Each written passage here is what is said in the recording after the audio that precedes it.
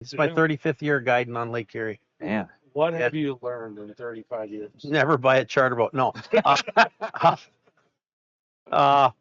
It's been great. Like I've had a really good ride. I'm keep trying to say that I'm going to be done soon, but I keep going back to it because that's what people like. And my customers, a lot of my customers are my friends now. So things I've learned, like the friendship and, what do you do for a living? Oh, I do windows and doors. Oh, really? Okay. And, just the network of people and the travel. And I was telling Trevor, I got into a lot more saltwater fishing now, and I've been fishing some marlin tournaments. And I actually left my boat for 2 weeks last year in the beginning of July, which is peak season. And I went marlin fishing and fish tournaments. So it's the things I've learned, like the fishery is it's so good now. And we had the good days back in the early 80s, and we had the better days in the late 80s and early 90s. And I tell everybody the good old days are now. Like those populations on Erie are just, it's crazy.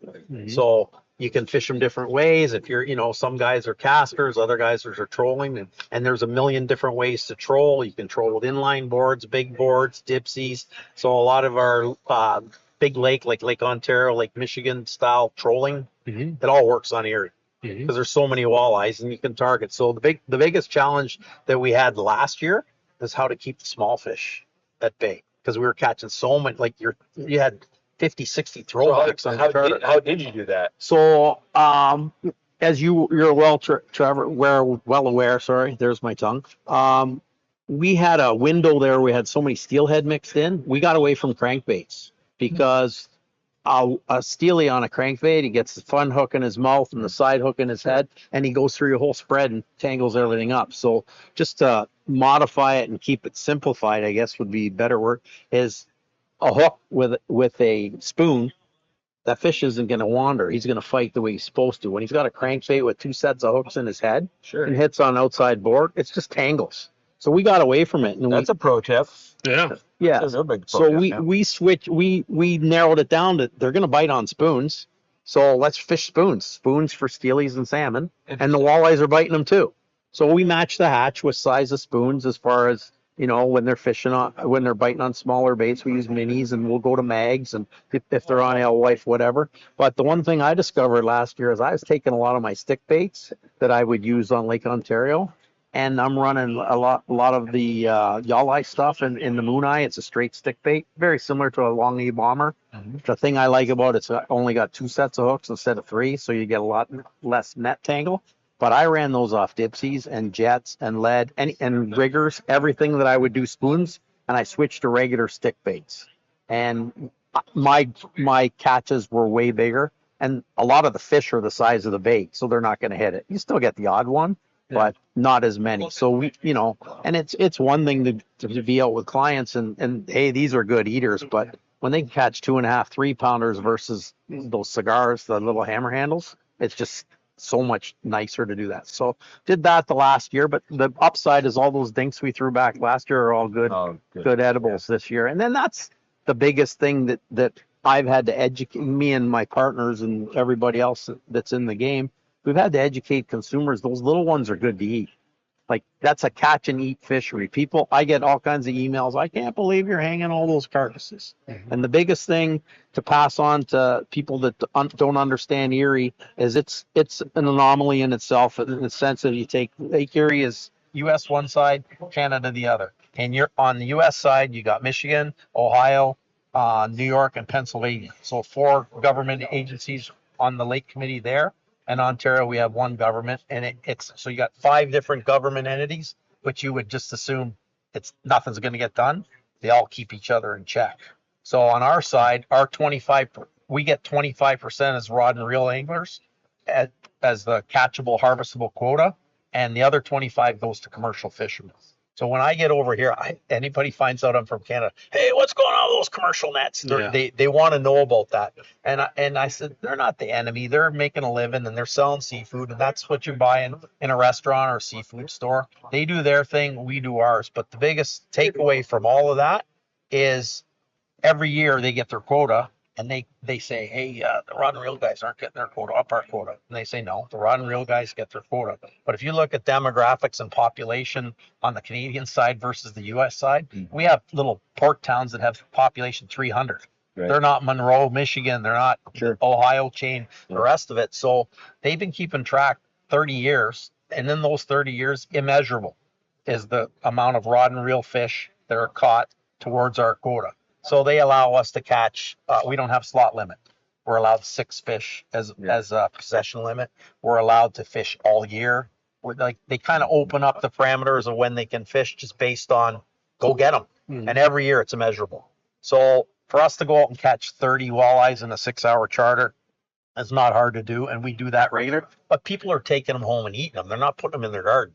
So why not go out and have fun with your family? It's a renewable resource. It's a renewable resource. It's funny because, you know, I'm from Minnesota, Chris is from Wisconsin, and you know, we have a lot of angling pressure, and it's a very different situation in a lot of our lakes. But so to come over here, I mean, in Minnesota is, you know, kind of known as the walleye state. Yep. I mean, it's hard for me to admit it, but I mean, you know, the walleye fishing here is leaps and bounds beyond anything we've ever even had. Yeah, and we don't have the population to put a dent in it. So, you know, and I get, like, I release fish everywhere else. Like, I go to Bay of Quinte, I let every fish go.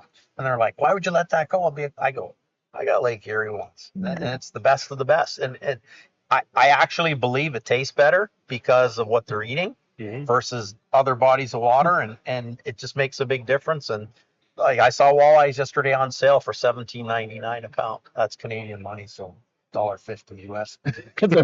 that's like 89 cents. Yeah, right? yeah, there you go. But no, it's super popular, and like I get a lot of families that bring mom and dad and all the kids, and they catch, you know, 5 limits of walleye to take home. That's enough walleye for them to eat for the whole year. And people are like, "You were just here 2 weeks ago." Yeah, we ate all the fish. We need more. And they like, it's good for business. And it's fun. They're out, you know, out enjoying the outdoors. And we had a big boom during COVID. Everybody wanted to go fishing, and we weren't allowed to. So now it's slowly getting back together. But no, it's been good. So what do you see in there? That's really interesting that you brought that up. You know, you had all these new charter customers come through during COVID. Are they coming back? Yeah. So a lot of my clients, and I've always been different than a lot of the other guys, besides what you obviously know. But a lot of guys bought boats and didn't know how. So they wanted the educational side, and I've always catered to that with my seminars and the rest of it. So guys, I said, listen, don't complicate it. Get out there, put your riggers out, get a couple offshore planer boards, and run one aside. When you're comfortable with that, put out 2. When you're comfortable with that, add a dipsy. When you're comfortable with that, add a second dipsy. And, you know, more people are allowed 2 rods per angler. So I find they come back to learn new techniques. And the other thing, a lot of folks do the math on it, and they go, I have one client, he goes, I sold my boat. He says, Cheaper to fish with you. it's cheaper to fish with me. He says, I can go out with you 5 times what it cost me for insurance.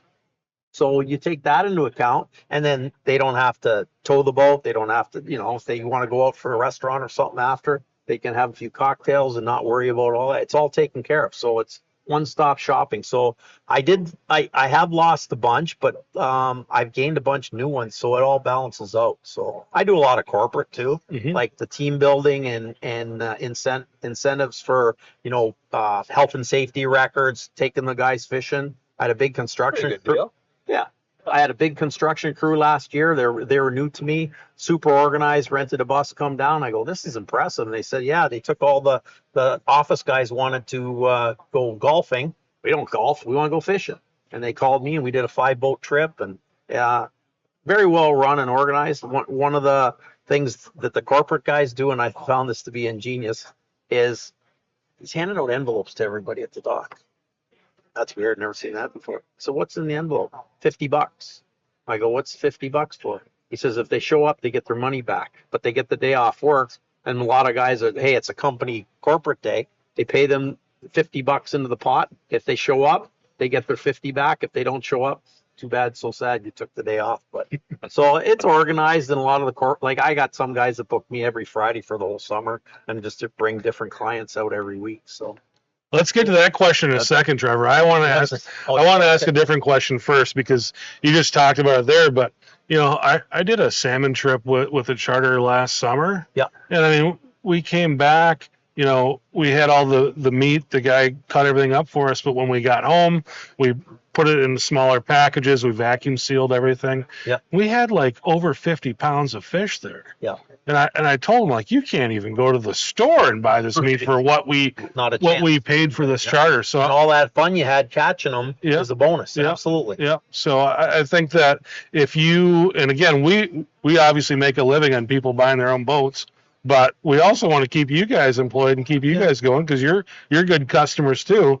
But it's like, if you are thinking about doing it, like a charter is a heck of a value right now. It's you cut the learning curve. So I mean, and I've Time had on the water. I've had tremendously good fortune to be able to fish with so many really good guys, and like, I don't get the hours that I want, but like I've learned so much from those guys in a really condensed amount of time. Where it's like, it's pretty. I mean, they're. I don't want to call you an athlete, but Please He's don't. got an under. but you're almost an athlete. I used to be. So one of the big things, and that's, I'm doing seminars in Toronto at the spring fishing show coming up. And the biggest question I get asked from clients that come on the boat is, why do you do that? So my whole thing is, this is what I do, and this is why I do it. So it breaks it. Like, why do you put that tipsy in first and then you don't put this tipsy in? And I explain it to them by the numbers. Yeah, there's And a reason. That's important. Yeah, everything there's a reason. reason. Why do you use that kind of rubber band versus this? Because it's black and it's UV and it doesn't break from sitting out in the sun and getting wet. Why do you do this? Why do you? And there's, after 35 years, that list is long, and I don't know how long I'm going to remember it all. So I need to share as much of it as I can, and people love that. And like talking about your brand, people are like, what's that torpedo thing do? And you explain it to them, they're like, really? That's what that does?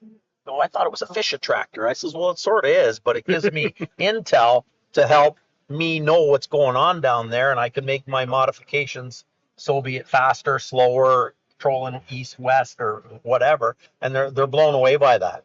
And then they go out and get it, and then the next call is, how do I install it? And the next call is, how does it work? And which end do you attach to which? And I go, there's instructions in the box, but I get a lot of that. So if you want to know how to install it, call Paul. Yeah, call me. That's fine. I'll give you your number. Yeah. You talked about a progression a little while ago, though. You said, run one board on each side, see how that goes. You get that dialed in, go to two, then go to dipsies. Is that kind of what you think is the way people should go about it, as far as if someone's out there and they're just starting and, Absolutely. is that It's really overwhelming. Like, it's so much information, and we take it for granted because we live the life. But for a guy just starting out, and like I see this with new boat sales where somebody buys a boat, and then you got to tell your significant other, I need another 10 grand for electronics and rods and reels and baits, and they're like, what? You just bought a boat? Yeah. Well, this is the other part. So financially. It's a better way for them to learn. And then once you said, like you said, Chris, once you master, like running three boards, that's a big undertaking for people that can't steer a boat straight. Right. Learn to keep that thing straight, because you're just going to get trouble. And then I've heard it 1,000 times. Dipsy diver. I tried that once, didn't work. What happened? Tangle out. You let it out too fast. You got to let it out on the clicker. Why do you got to do that? Because if you're free spooled, it just goes down in spirals and it wraps around itself and it just tangles your stuff. Set it down under control. Okay. Put it in the rod holder. Don't touch it. Let the rod holder take it down. Put it on the clicker. It's enough tension to draw it into the spot. Just little subtleties that we take for granted because that's the way it is and that's the way we were taught. My way is not better than anybody else's, but certain boats fish different ways, and like the offshore stuff, everybody does their boards different. Some clip with a snapper clip, some do the OR19s on the front, others do the oranges. They mix them all up, but it works for that person. I show them how to do it, and you pick what works best for you. All right. Well, we got a question here coming in from Great Lakes Troller on Facebook, and I can't wait to hear the answer to this one. Is it financially wise for a young fisherman to start a guide service in today's market?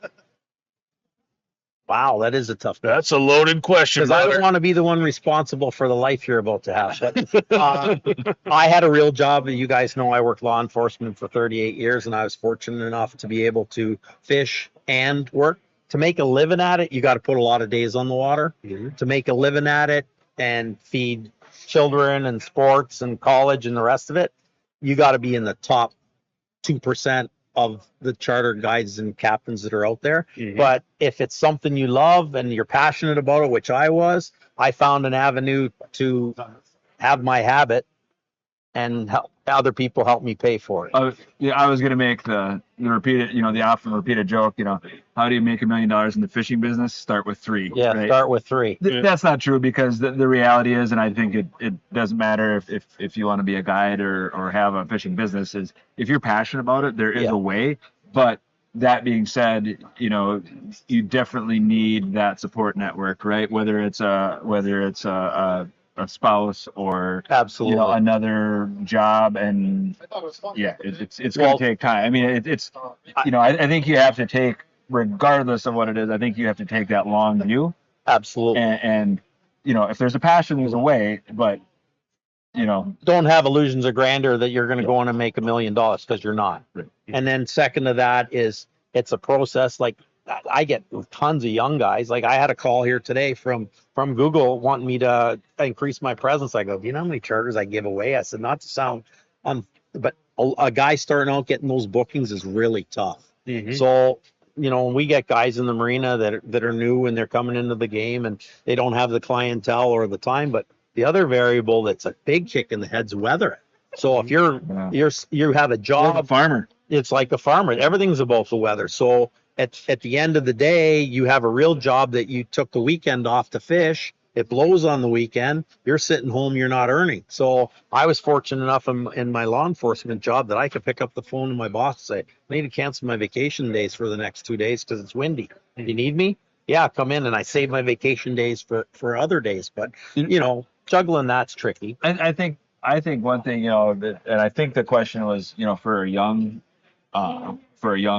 angler, I think that was how the question was phrased. But find a trade in addition to that. I mean, I know a lot of captains, and I'm not a captain, but I do know a lot of captains that they were an electrician, or they are an electrician, or they're a plumber, or they're an HVAC guy, or they hang drywall, or they do something in the trades where they're very skilled and they have that. I think of Pete Alex. Everybody knows Pete Alex as a great fisherman. Pete Alex is a great fisherman. He's also a great commercial roofing contractor. Not everybody knows that, right? So that's you need a backup plan. You need that backup plan, and you need that skill. But back to the question, I would recommend a young fella just getting in it, start out as a mate with somebody, maybe work at a tackle store and get a feel of the industry. And the upside of being in the guiding business and doing shows like this is you're interacting with people all the time. Yeah. And that's a potential. It's gonna benefit your other business. So you're doing a pro staff gig in a booth and answering questions. You're also giving the guy a business card to promote your charter business, that if he wants to come out and learn how to use that equipment on the boat, that's a real good hook for doing that stuff. That was a great question. Yeah. Anything you wanted to bring up before we let you go? No, just I'm really excited about the new probe and the development that you put. Like I told everybody, the last one was incredible. And this company, credit to you, you just make it better all the time, and you didn't just slap something together and throw it out. How many years did you test it? How many? Too many. Too many.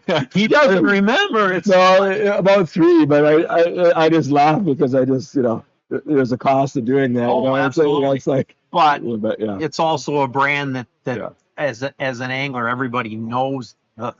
You just didn't make this in your basement and put it up for sale the next day. Like, we know that, and we appreciate you doing that, and having this kind of equipment available to us definitely helps people catch fish.